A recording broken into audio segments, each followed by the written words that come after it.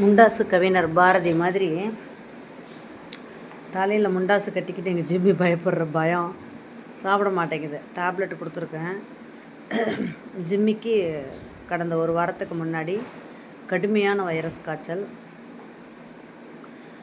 அதை பற்றின பதிவுகள் நான் பதிவிட போகிறேன். தொடர்ந்து சாப்பாட்டுக்கு முன்னாடியும் பின்னாடியும் டேப்லெட்டு சிரப் எல்லாமே எடுத்துகிட்ருக்கா. ரொம்ப பயம் வேறு. இப்போ இதில் வேறு பட்டாசு வெடி சத்தத்தை கேட்டு ரொம்ப பயந்துட்டா. அவளுக்கு என்ன நடந்துச்சு, அடுத்த ஸ்டெப்பு நான் அதை குட்டி ஜிம்மி இறப்புக்கு அப்புறம் நான் என்னென்ன கஷ்டங்களை என்னென்ன பிரச்சனைகளை இந்த ஜிம்மிக்காக இந்த நாய்களுக்காக அனுபவித்தேன், எப்படி ஓடியாந்த என்னென்ன பார்த்தேன், என்னென்ன தகவல்கள் அப்படிங்கிற எல்லாத்தையுமே இந்த ஒரு வார இடைவெளியில் பகிர்ந்துக்கிறேன். சரி, அலாட் இங்கே வா. சாப்பிடு. அம்மா படுத்து. நீ அது சதந்து வந்துட்டு தான் இருக்க. நீ சாப்பிடு.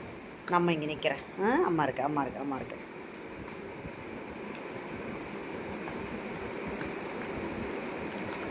சாப்பிட்டுட்டு இவளை தூங்க வச்சுட்டு பக்கத்துலேயே இருந்து முதல்ல தூங்க வைக்கணும்.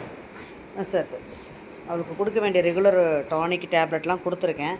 கண்டிப்பாக அதுக்கு நல்ல தூக்கம் வரும். சரியான தூக்கம் இல்லை, அதனால் ரொம்ப ஸ்ட்ரெஸ்ஸாக இருக்குது. சாப்பிடுப்பா. நீ சாப்பிடு. கிட்டத்தட்ட டாக் ஃபுட்டு தான் கொடுக்கணும். Day night 2 வேளைக்கும். மதியத்தில் மட்டும் நார்மலாக ஏதாவது கொடுத்துக்கலாம் அப்படின்ட்டு இருக்காங்க. கொஞ்சமாக சாப்பாடு கொடுக்கணுன்னு.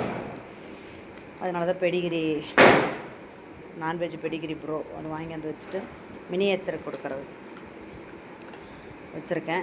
சாப்பிடுறது கொஞ்சம் சாப்பிட்டு தான் அந்த சாப்பிட்டதுக்கப்புறம் கொடுக்குற டேப்லெட் இருக்குது, அதை கொடுத்துட்டு சிரப்பை கொடுத்து படுக்க வச்சுட்டு